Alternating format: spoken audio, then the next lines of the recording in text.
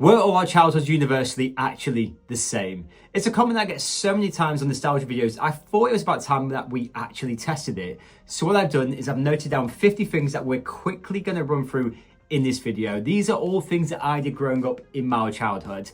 What I want you to do is just keep a mental score of it or note it down on a piece of paper. Comment once you watch the video with how many of these 50 things that you actually did and the country which you came from. Because by the end of this video, we might actually be able to put the test to bed to see, well, were our childhoods actually the same? When the streetlights came on, you knew it was time to go home. It was basically like a curfew, almost like a bat signal. As soon as those lights came on, you went home. And if you played out like around the corner from your house like I did, you'd often get the yell from your mum and dad reminding you it was your curfew, it was time to actually come home. So when the streetlights came on, it was time to come home. For me, I feel like this is universal. I feel like every kid had this growing up. Knocking on for friends. You'd get home from school, you'd get changed, you'd go out to your friends and you'd knock on each of the doors to see who would come out. And you always knew if that one friend was having tea or the mum was saying, oh, we're just about to go out, they were not going to be allowed out for the rest of the evening. They were absolutely cooked. But basically we'd go to each house to see who was coming out and hope that we'd have enough people to play Kirby, to play Blocky Off, whatever it is that we're looking to play. That's how we used to do it. Unannounced, not organised, just randomly knocking on friends just to see who was around. Now, had you knocked on for your friends' houses and nobody was in, you'd be riding your bike, no helmet on, and you'd be scouting around the neighbourhood for all the bikes left on the grass verge, because you knew as soon as you saw that pile of bikes that your friends would be somewhere near there. So the next one is leaving your bikes on the grass verge. It's Saturday afternoon in 1996. Mum and dad have just nipped out to the shops, your brothers and sisters are out with friends, and you're just left at home wandering the house, walking into each room, opening the drawers, opening the cupboards, just finding something to do. Just being really bored and just figuring out what can you do in that moment because there's nobody in the house. It's Sunday evening in 1997. You're driving home from grandma's house and you've fallen asleep in the back of the car. And on that last turn around the bend, as you're going home, your body jolts and it's almost like you don't know how you've got there, but you also know where you are at the same time. It's a really weird paradigm, this one. But then you also still pretend to be asleep so that hopefully mum and dad can actually carry you in and carry you to bed. But that last turn before home, it was like you were transported. It was a magical feeling as a kid. You were transported from grandma's house straight to home, but you also just knew where you were. Really weird feeling. Last term before you got home. Waking up really early to watch cartoons. It didn't matter if it was a school day or the weekend. You'd wake up as early as you could, go downstairs, turn on the TV and hope the random screensaver which said program starts at 6:35 was not there. You were hoping it was the right time for cartoons to actually start. You'd sit there with your Cocoa Pops, Sugar Puffs, whatever it is you're eating, and you would smash through them whilst you're watching cartoons. That's how all the days started. It doesn't matter if it's a school day or the weekend. On the weekends, as soon as the cartoons were finished, the day was basically over. And on the weekdays, you basically wanted to sit there and watch more cartoons instead of going to school. And it was a real battle to get your school uniform on with your parents. Sitting too close to the TV. We were told growing up that if we sat too close to the TV, your eyes would go square, which means you're gonna get glasses. Yet we didn't care because growing up as a kid, TV was absolute life. And some of the TV that we had growing up in the 90s and 2000s was just absolutely elite. So we quite frankly just ignored our parents, sat as close as we could to the TV and just watched the TV for hours on end. Moving the TV from room to room. Now, if you grew up particularly in the 90s and 2000s, picking up a TV felt like you were Hulk Hogan picking up Andre the Giant and slamming him. Professional athlete in the world today. Look at this. He's They weighed an absolute ton. And obviously most households only ever had one TV. So if you wanted to game in a certain room or your bedroom, or you had to your mum and dad said you can play on the PlayStation, just not in here because we've got friends over and the adults are here. You'd have to pick the TV up and move it into another room, connect it all together to play on the PlayStation. And they weighed a ton. So moving a TV from room to room and TVs which were backbreaking for me is a universal one. The green electric box was the universal meeting point. Now where I lived growing up, on a Saturday morning at 9 AM, you would meet at the green electric box. And from there, what we do is figure out our day. It could be Kirby, it could be Manhunt, Blocky Off, it could be the Mad Trek across town. It doesn't matter what we had in store for that day, it'd all be arranged there. And there's always one friend whose parents just wouldn't let them out in time. They had to go and do something with the family and they'd get there like 9:30. And that's when they were out cycling the neighbourhood looking for all the bikes on the grass verge. Now, occasionally in the weekday, what we do is when we're at school, we'd say, you know what, why don't we meet at the electric box at 3:45? And then we'll figure out what we're going to do from there. And again, the people who were late, we'd just go, and they had no way of getting a hold of us. There was no phones, no forms of communication. We'd just be gone. And they'd be cycling around the neighborhood again, looking for all the bikes on the grass verge. Blowing into your game's cartridge to make it work. Now, apparently scientists have disproved this. Apparently it made the cartridges worse. And my question to all those people who ran that study was, why did it always work for us? It always worked. You take the cartridge out, you blow into it, you put it back in, and the game would turn on. You played on your Game Boy and notice the light is fading really, really low. So what you do is you save your game, you turn it off, you take this back off, and you roll your batteries. Put this back on, turn it on, and all of a sudden, you've got an extra hour. I don't know why it worked. I don't know if there's any science behind it. I don't know if it's just in our imaginations, whether they were actually going to last for that hour. But it's something that we all did, and it's something where it always gave us that extra hour of gameplay. Pretending not to care to get your game to load. This is one which I've got so many vivid memories of, because we all had that one game which just would struggle to load. Mine was Metal Gear Solid. It would load maybe 1 in 5 times. And it was due to the scratches on the disc. But what we do is we put the disc in, turn the console on, and we'd sit there and we'd pretend not to care to get it to load. You'd literally be sat there like, don't want to play this game anyway, okay. But keeping an eye on the screen at all moments. And then it loaded. The moments where you're like, I really want to play this game, please load, it would fail every single time. So pretending not to care to get your game to load. Your mum shouting, get off the internet, I need to use the phone. You're in the middle of downloading some dodgy song on Limewire, which is about to give your family computer a mad virus. And your mum's having a weekly catch up with your auntie, and you couldn't do both of the things at the same time. So your mum would just shout you, get off the internet, I need to use the phone. Speaking of Limewire, what we'll do is we'll burn songs that we downloaded from Limewire or Bearshare onto a CD, and then we'd name it in a Sharpie. Now on that CD, usually you had to just pick the songs and you had to do the calculations of the minutes of each song to make sure it fit the minutes on the CD, because some CDs had 45 minutes, some were 60. So you have to be really careful on that, because otherwise you get a disc error when you try to burn it.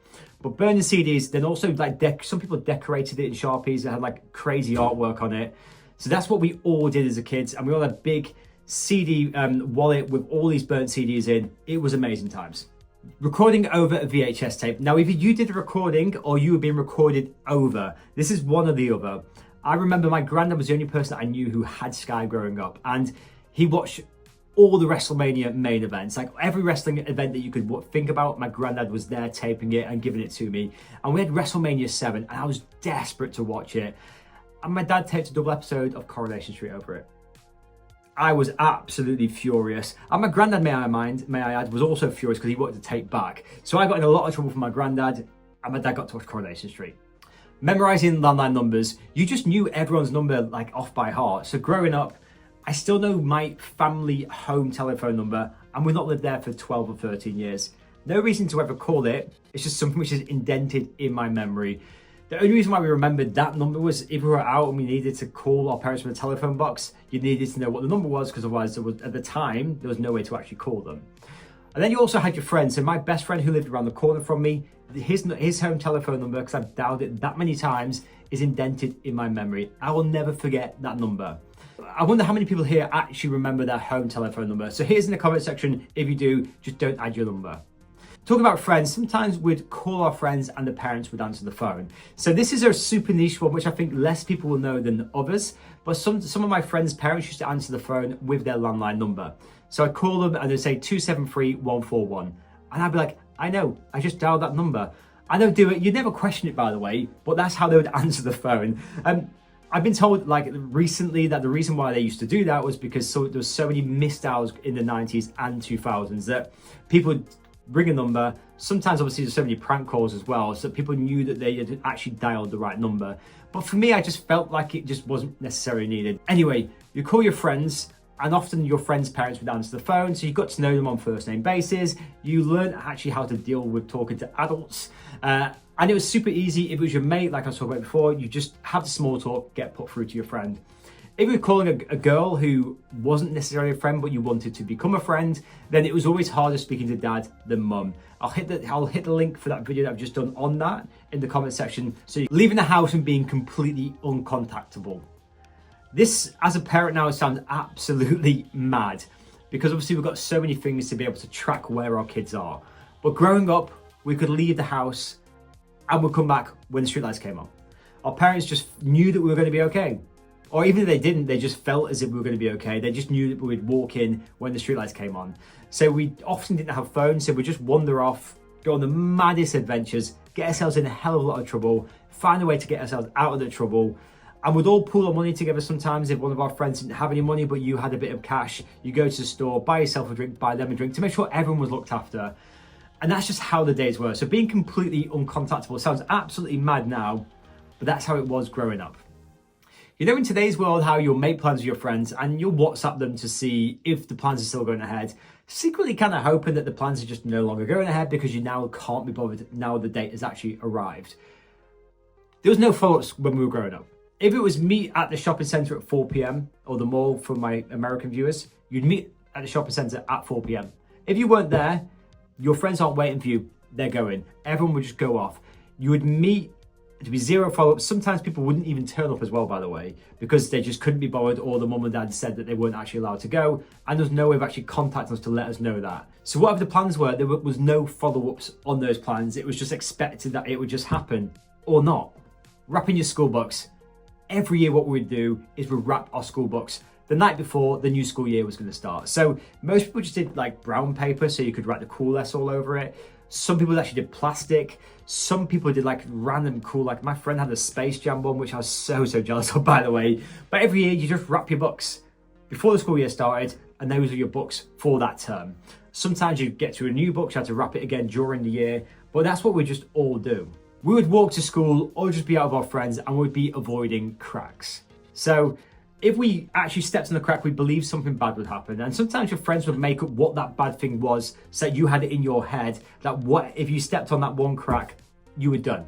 It was almost like when you break a mirror, you had 7 years bad luck. That's kind of how it felt. So I still think kids today should do this. My 4-year-old son still does this because we play this game together. And every time we walk to school, we just avoid cracks. Try to turn yourself orange by drinking copious amounts of Sunny Delight. Now, the rumour growing up obviously was that somebody drank so much Sunny D that they turned orange. That was a rumour. I'm not sure if it was just a ploy from the people who made Sunny Delight so that we could actually drink so much of their product that we would turn orange. But every kid growing up I know tried it. I tried it. We didn't necessarily have Sunny Delight. We had this like, I think it was like Quicksand own branded orange juice. And one of my friends said, no, it's got to be, it's only Sunny Delight which will turn you orange. No other orange juice will do it, only Sunny D. So he saved up my pocket money, bought a heap of Sunny D and just drank it. Obviously had a massive stomach ache, didn't turn orange. But we all tried to drink so much Sunny D because we'd want to turn ourselves orange.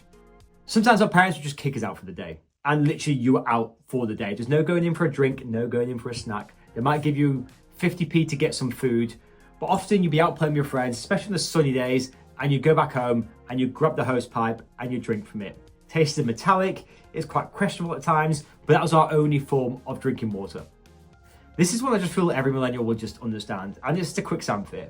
Growing up in the 90s and 2000s in particular, in every TV program or every movie, somebody died in quicksand.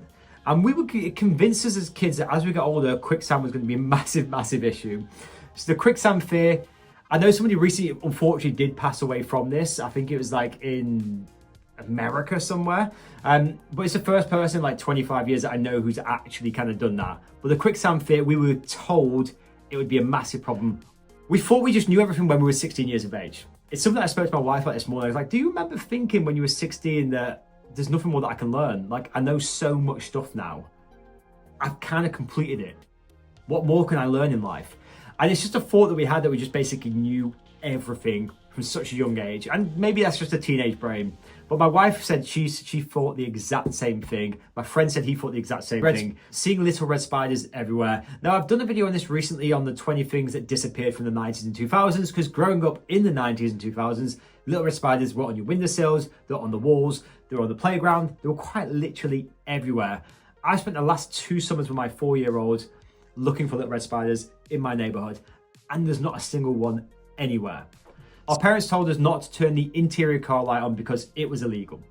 Growing up, you'd be sat in the back seat and you'd be like a ninja trying to get to the light switch to turn it on. Usually fighting with your brothers or your sisters in the back seat to kind of do it. And as you're trying to do that, your parents will turn around and say, don't do that, it's illegal. Daddy will get arrested. It's mind-boggling today because we absolutely know that is just not illegal, and it's just what they said that we did not turn the interior car light on. I remember turning it on once and my dad said, well, actually, it's a hazard to other drivers as well. That's why it's illegal. So many stories, turning on the interior car light. I know some people still struggle with this. It is absolutely not illegal, but we were told it was illegal. We turned everything into a weapon. It could be a stick, it could have been a beanbag, it could have been a book. It doesn't matter what it was, that became the weapon for the day. And when you're fighting with your siblings, that's just what you used. Now, if you were lucky enough to have the actual plastic sword where when it hits, you can hear that sound there, you could probably feel the chop that you get from that sword. That was like the elite weapon that you could have growing up. But we basically turned anything and everything into a weapon, a vehicle, just imaginative play. Running upstairs after turning the lights off. This is something that I still do today. I still turn the light off and run upstairs. I think it's just in my DNA. It's a habit now. It's just something that I do. Growing up, the reason why I did it was often I was just quite scared. You just turn the light off and you'd leg it upstairs because your mum and dad were asleep or your brothers were asleep and you know everyone was there. And it was just, that's the reason why I did it. I don't do that for that same reason now. I've got 2 kids and a wife and my responsibility is to take care of them. But growing up, that's how it felt. It's something that I still do to this day and it's just part of my DNA. I feel like it's something that most people might still do. Hit me in the comment section if you're an adult and you still do this. Kicking your school bag on the way home. So I'm not sure this is going to be more of a UK thing. I'm really keen to hear from other countries on this. So you have your rucksack and sometimes you'd have PE and you take a plastic carrier bag to school or like a JD bag. And on the way home, if you got the bus, you get dropped off and you just kick the bag all the way home. You just kick it and that's all you would do. And always when you had a plastic bag, you'd sometimes do it with your rucksack occasionally, but there was like hard stuff in there. It was usually because you had your clothes in that bag, you kick it and you get yourself home. Is this just a UK one or is this like a universal one? This is one I feel could stump some people. TV adverts reminding parents to look for their kids. Growing up sometimes, especially in the sunny days, the days were just so long and the advert was just reminding parents that they had kids. True story, were they home? And then the parents would go and search for the kids at home, and if not, Dad would just pop his head out, Ash, get home, and he'd shout down the road for us, and I'd come home. But we literally had an advert so that our parents knew that they had kids, and that they knew to go and look for their kids to get them home. Folding an empty crisp packet into a triangle, you'd smash through your packs of crisps, and then you'd literally fold the wrapper into a triangle. Usually I'd be flicking it at my brother's or my friend's head. You got one chance, because if you missed, they'll be coming back for you. That's just what we did. But it's not something I've actually done as an adult. I don't remember the last time I actually did this. It's something that when I have a packet of crisps, maybe tomorrow, I'm going to see if I can still fold it into a triangle because I don't know if I can remember how to do it. But we all folded our crisp packets into triangles and flipped them at our friends' heads. Your TV cracking in the middle of the night. Now, this was just an absolutely insane one because it would wake you up. It would scare the hell out of you. You just thought someone had broken into your house. Your dad's going downstairs checking all the rooms to see if someone's actually broken in, and all it is the TV cracking in the middle of the night. Now these are the big box TVs in particular, and the noise was just quite like, it'd still go through me today. It would make me wake up and I would check the whole house. That's what all the TVs did growing up. Speaking of TVs, the static coming from your TV. Now, this was obviously pre-flat screen TV. And what would happen is you'd be sat too close to the TV and you could feel the static coming from the TV. You could hear the sound, especially like when you turn the TV off. That sound of everything just going crisp and the static noise, I could still literally hear that in my head right now. White dog poo. I've done a video on basic things which had disappeared overnight, and white dog poo is one of them due to the food which was given to the dogs in the 90s and 2000s versus today. And back growing up, especially in the 90s and 2000s, white dog poo would be everywhere. So you're thinking not only just in your back garden, but all over the pavement. It was quite literally spread everywhere. It was absolutely insane. So not only has it kind of just disappeared, but growing up, you definitely either had a dog which in the garden you had white poop, or if you were out playing with your friends, you saw white dog poo quite literally scattered everywhere all over the pavements. I just can't wait to grow up. It's the single biggest mistake we made as kids was saying those lines. I remember saying it. I remember saying, I can't wait to buy my own snacks, buy my own toys. It's going to be amazing. All the Pokemon cards I can buy, have the house, the car, all that stuff. That's what we said. And we just couldn't wait to grow up. It's the single biggest mistake we ever made in our childhood was saying those lines. Going to a video store on a Friday evening. Now, you had two options. You had Blockbuster or you had like the mom and pop video store. We had two options where I lived, and it was Blockbuster or a place called Video Zone. I was from a place called Congleton in the northwest of the UK. And the reason why you go either or was Blockbuster had a bigger selection of products, but the mom and pop shop was usually either closer and cheaper. So depending on what the parents' budget was for that week, you'd just get one or the other. So you'd go out on a Friday evening, get your selections, have it for a day or two, take it back on a Sunday, or the following week if you want to get your fine and your late fee. And that's what we did on a Friday evening. Making your own ankle socks. I can still spot a millennial a mile off because you can see the ankle sock being homemade. And it's a thing of absolute beauty. Before ankle socks, we made our own. That's just what we did. That's what we still do. That's what I still do to this day. We will not be pulling our socks all the way up. It's ankle socks or nothing. The friend that went in and never came back out. You'd always be out with your friends. There's that one friend whose parents would let them go in for a drink. I was a hosepipe kid. He was a kid where he could go in at any time. But what would happen when he went in? He'd go in, ask for a drink, and then mum would say, dinner's nearly ready. You're not going back out. And that's what would happen. And we'd be pleading with him saying, mate, please don't go in. If you go in, you're not going to come back out. It's going to be dinner time. You're not going to play with us. He'd do it anyway, get his drink, get his food, then wasn't allowed back out. Sometimes I think that they just wanted to go in. Sometimes they didn't, and they took the risk, and it just didn't work out. But I feel like either you were the friend who would go in, or you had a friend who would go in and wouldn't be allowed back out. Speaking of friends, you always had a friend who had elite snacks. I'm one of 6 in a 3-bedroom household. We did not have elite snacks. I remember going to my friend's house, and she had the cookies that you get in today's world, which are probably like normal, like the soft cookies. And Mum and Dad just brought them home on like a Tuesday evening for them. I was like, this is absolutely insane. They could go into the drawer. They had glass bottles, all a massive snack selection. And I got home and like we had custard creams or a bourbon cream. That's what we had. So you always had a friend who had elite snacks, or you were the friend who had the elite snacks. Watching a TV program or a movie of any age rating at a sleepover. I'm going to be really, really clear with you. Our parents just didn't care what we watched growing up. I remember watching The Exorcist at 10 years of age, South Park the movie at a similar age, and then you're singing all the songs off the back of it. Parents didn't care. Our parents would go and rent you the movie. My parents bought me Duke Nukem when I was like 8 years of age on the PlayStation. It was insane. Now, what you then do is the next day you'd be bragging about it at school, or like on the Monday if it was a weekend sleepover. You'd be bragging about what you watched at school, and then all your friends would just be jealous about it. It's just how it was growing up as a kid. Either having or wanting an inflatable chair. I remember vividly my brother had a purple one. He used to have a bottle of Pepsi in there playing on his Sega Dreamcast. It was the coolest thing in the world to me growing up as a kid. You either had one or you wanted one. Turning your bike into a motorbike. You'd get a can, you put it in a back tire, and you cycle. And the noise literally sounded like a motorbike. So either turning it into that, or you'd be putting your can on the floor, riding over the can, so the can would just be stuck in your bike and be flicking around like this. Elite times. Putting crisps on the fingers and eating them off one by one. Now this still happens to my little boy. He puts strawberries and raspberries on his fingers and eats them off one by one. But growing up, I'd put bugles or hula hoops on my fingers and eat them off. That was before my fingers got too big for hula hoops, which was a bad day, and I still remember that. But we put crisps on the fingers and eat them off one by one. Putting the Capri Sun straw through the Capri Sun. This is just something which I still do to this day. If I have the Capri Sun, it's very hard to actually get pierced to hold downwards. Usually piercing it that way, and it goes through. Take it out, Capri Sun goes everywhere, and then you obviously have to hold it at the back, pull it back through, and drink it. So piercing the wrong hole in the Capri Sun. You've just been on a massive road trip with your parents. It's like 8, 9 o'clock at night, and you got home, and the last turn did not wake you up. You're still asleep. And sometimes you kind of fake being asleep just so that your parents can carry you in to bed. And that's what we do. We used to love that feeling of my dad, usually my dad, he'd pick me up, take me upstairs and put me into my bed. And then you're there for the rest of the night. You slept, that was it. So being carried in sleep, I feel like this is still something which should just happen or hopefully happen to kids. I do it to my kids when they're asleep.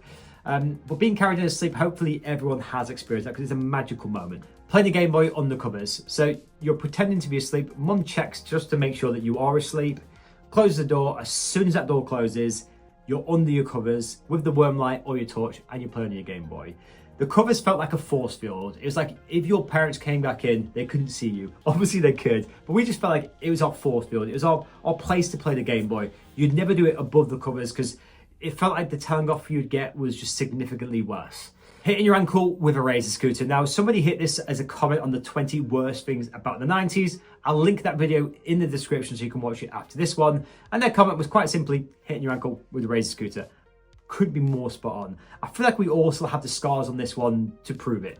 Searching for things you shouldn't on the internet. Blue waffle, 2 girls, 1 cup. If you've never heard of those things watching this video, just give it a Google, see what comes up. More the 2 girls, 1 cup, because if you search for blue waffle now, literally pictures of blue waffles actually appear. It's super strange. But that used to be like a sexually transmitted disease growing up. And you search for it, and you tell your friends to do it. One of my friends told me to search for penisland.com, which is genius. Give that one actually a search, it's really funny. But you just search for things that you wouldn't like big. It's just what we did. Slide down the stairs on your front or in a washing basket. This is something which I still slide down the stairs on my butt and on my front to this day. That was just so much fun as a kid. The washing basket in particular, if you could get the straight stairs, I think our stairs are like bendy, so it kind of doesn't work too well. But if you got the straight stairs with the door in front of you, you were golden. That's what we had growing up. You just go down and you just open the door to see how far you could get out. It was like a bit like the scene from Home Alone. Now that we've gone through all 50 things, the question is, were our childhoods actually the same? So please hit me in the comment section with how many of those 50 you actually did growing up.